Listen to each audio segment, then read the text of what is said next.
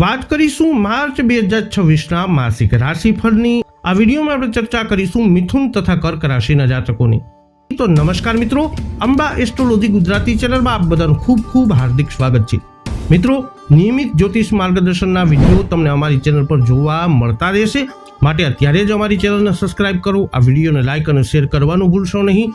જ્યોતિષને લગતા તમામ પ્રશ્નોના સમાધાન માટે તમે અમારો સંપર્ક અવશ્યથી કરી શકો છો।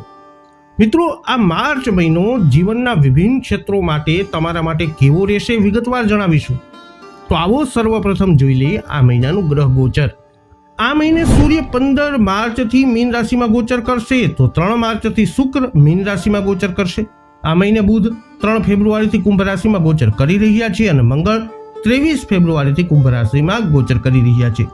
તો આ પ્રમાણેનું ગ્રહ ગોચર જીવનના વિભિન્ન ક્ષેત્રો જેમ કે કાર્યક્ષેત્ર, વ્યવસાય, વ્યાપાર, નોકરી, આર્થિક સ્થિતિ, પ્રેમ, પરિવાર, દાંપત્ય જીવન, સ્વાસ્થ્ય, શિક્ષણ આ બધાની દ્રષ્ટિએ વર્ષ 2026ના આ માર્ચ મહિનામાં તમારા માટે કેવી પરિસ્થિતિનું સર્જન થઈ શકે છે, આવો વિગતવાર જાણીએ। સર્વપ્રથમ વાત કરીશું જેમના નામના અક્ષરો હોય છે ક, છ, ગ, મિથુન રાશિની। શરૂઆત કરીએ તમારા આરોગ્યથી। તમારા સ્વાસ્થ્યની દ્રષ્ટિએ આ મહિનો સારો રહેશે। સૂર્ય તમને અસાધારણ શક્તિ અને જોમ આ મહિને આપતા રહેશે, જો કે નાની તકલીફોનો પણ ઝડપથી ઈલાજ કરાવવાનું કારણ છે। આખો મહિનો બીમારીઓથી મુક્ત રહેવાનું વચન આપે છે, તેથી એવો ભય છે કે નાની બીમારી પણ સ્વસ્થ થવામાં જટિલ સમસ્યાઓનું કારણ બની શકે છે। તેથી કોઈ પણ નાની બીમારી માટે તબીબી સહાય અવશ્ય લઈ લો। આરામ કરો, સ્વાસ્થ્યની કોઈ ગંભીર ચિંતા ન કરો। હવે વાત કરીશું આર્થિક જીવનની। તો આ મહિને તમને ફક્ત નાણાકીય લાભ જ નહીં પણ સારા કાર્યો કરી અને આધ્યાત્મિક સ્તરના વિદ્વાન લોકોના સંગતમાં નફો મેળવવાની તક પણ મળશે।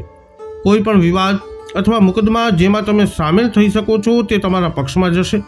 આનો અર્થ એ છે કે તમારે તમારા કાર્યોનું સંચાલન એવી રીતે કરવું જોઈએ કે આ સમયગાળા દરમિયાન આવા કોઈ પણ વિવાદોનો નિર્ણય લેવામાં આવે। સરકારી વિભાગો સાથે કામ કરતા લોકો માટે આગામી સમય ખૂબ જ નફાકારક છે।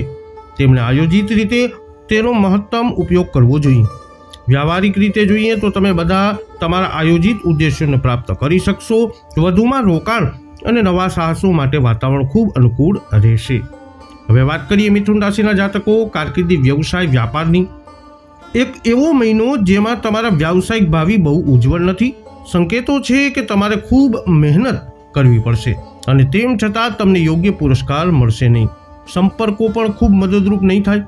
વ્યવસાય અથવા નોકરી માટે કેટલીક મુસાફરી સૂચવવામાં આવી છે। અહીં ફરીથી તમારી અપેક્ષાઓ પૂર્ણ ન થાય તેવા સંકેતો છે, જો કે પૂર્વ તરફ કોઈ પ્રવાસ કરવો થોડો લાભ લાવી શકે છે। તમારા ઉપરી અધિકારીઓ સાથે મતભેદ થવાની શક્યતા સ્પષ્ટ છે।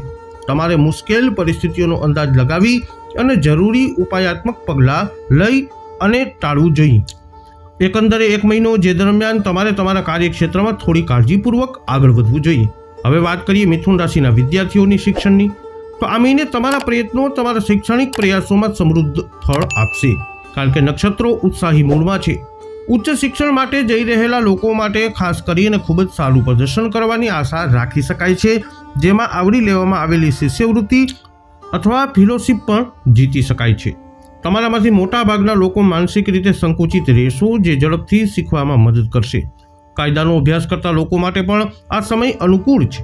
ટેકનિકલ વિદ્યાર્થીઓ પણ તેમના સરેરાશથી ઉપરના પ્રદર્શનથી ખુશ થશે। સ્પર્ધાત્મક પરીક્ષાઓ આપનારાઓ, ખાસ કરીને વહીવટી તંત્ર સાથે સંકળાયેલા પદ માટે તેઓ ખૂબ જ સારું પ્રદર્શન કરશે। અંતમાં વાત કરીએ પારિવારિક જીવનની। આ મહિને ગ્રહો તરફથી ખૂબ શુભ સંકેતો મળવાના નથી, કારણ કે ગ્રહો થોડા અસ્પષ્ટ મૂડમાં છે। એવા ચોક્કસ સંકેતો છે કે તમારામાંથી કેટલાકના તમારી પત્ની સાથે સંબંધોમાં તણાવ આવશે।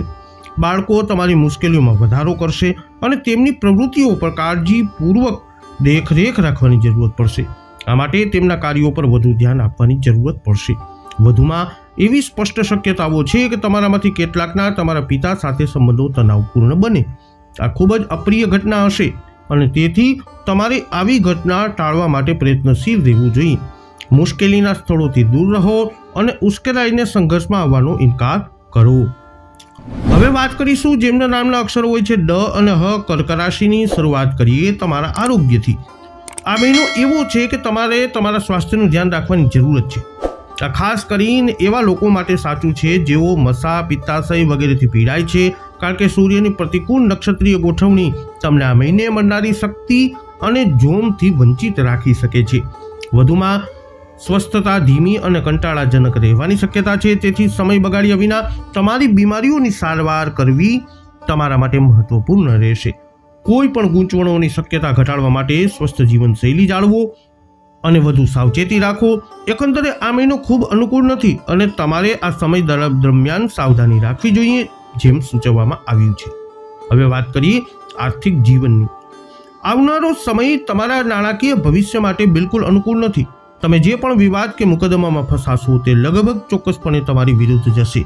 તેથી તમારે વસ્તુઓનું સંચાલન એવી રીતે કરવું જોઈએ કે આ સમયગાળા દરમિયાન આવા કોઈ વિવાદોનો નિર્ણય ન આવે. સરકારી સંસ્થાઓ અથવા વિભાગો સાથે વ્યવહાર કરવામાં પણ ગંભીર સમસ્યાઓનો સામનો કરવો પડશે. આ પરિસ્થિતિઓનું સંપૂર્ણ જ્ઞાન રાખી અને હાથ ધરવું જોઈએ. તમારામાંથી કેટલાક લોકો વિવિધ પ્રયાસના ગુનેગારો સાથે વ્યવહાર કરવા ટેવાયેલા હશે અને તેમનાથી નોંધપાત્ર નફો મેળવશે. આવા વ્યક્તિઓ માટે આ મહિનો કોઈ લાભ નહીં પરંતુ અસંખ્ય મુશ્કેલીઓ લાવશે જે વિનાશક બની શકે છે. હવે વાત કરીએ કારકિર્દી, વ્યવસાય, વ્યાપાર, નોકરી વગેરેની. તો આ મહિને ભવિષ્ય માટે સારો નથી, પરંતુ જો તમે સાવચેત નહીં રહો તો તે તમને તમારી વર્તમાન સ્થિતિથી ઘણા નીચલા સ્તર સુધી લઈ જઈ શકે છે. તમારામાંથી કેટલાક ઝડપી નફા માટે કાયદાથી બહાર કામ કરવા માટે લલચાઈ શકે છે. જે લોકો આવી લાલચમાં ફસાઈ જાય છે તેઓ ફક્ત પોતાને જ દોષિત માને છે, કારણ કે તેમની મુશ્કેલીઓનો અનંત હશે. તેથી આવી લાલચને તાત્કાલિક નકારી કાઢવી જોઈએ. આ મહિનો એવાઓ પણ રહેશે કે જ્યારે તમારા સંપર્કો સામાન્ય રીતે તમારા માટે વધુ ઉપયોગી નહીં બની શકે. તેથી તમારી કુશળતા અને પ્રયત્નો પર આધાર રાખો. વધુમાં મુશ્કેલ પરિસ્થિતિઓનો અંદાજ લગાવી અને તેમને ટાળી અને તમારા ઉપરી અધિકારીઓ સાથે કોઈ પણ સંઘર્ષ કરવા ટાળો. હવે વાત કરીએ કર્ક રાશિના વિદ્યાર્થીઓની. આ એક એવો મહિનો હશે જેમાં તમારામાંથી મોટા ભાગના લોકોએ તમારા શિક્ષણને આગળ વધારવા માટે સામાન્ય કરતાં વધુ પ્રયત્નો કરવા પડશે. ટેકનિકલ ડિગ્રી મેળવવા માટે કામ કરતા લોકો તેમના વ્યવહારુ કૌશલ્યના સંદર્ભમાં સંતોષકારક પ્રદર્શન કરી શકે છે. જોકે તેમણે તેમના પાઠ્યપુસ્તકો સાથે સખત મહેનત કરવી પડશે. આ તબીબી વિદ્યાર્થીઓને પણ લાગુ પડશે. એવી પણ શક્યતા છે કે તમારામાંથી મોટાભાગના લોકો એવી માનસિક સ્થિતિમાં હશે જે તમને આત્મવિશ્વાસ તરફ દોરી જશે અને તેથી સારું શિક્ષણ મેળવવા માટે જરૂરી શીખવાની ઈચ્છાનો અભાવ હશે. શક્ય તેટલું તમારા શિક્ષણ ઉપર ધ્યાન કેન્દ્રિત કરો. વાત કરીએ પારિવારિક જીવનની. આ મહિનો તમારા પરિવાર માટે ગ્રહો કોઈ ખાસ શુભ સંકેતો આપતા નથી.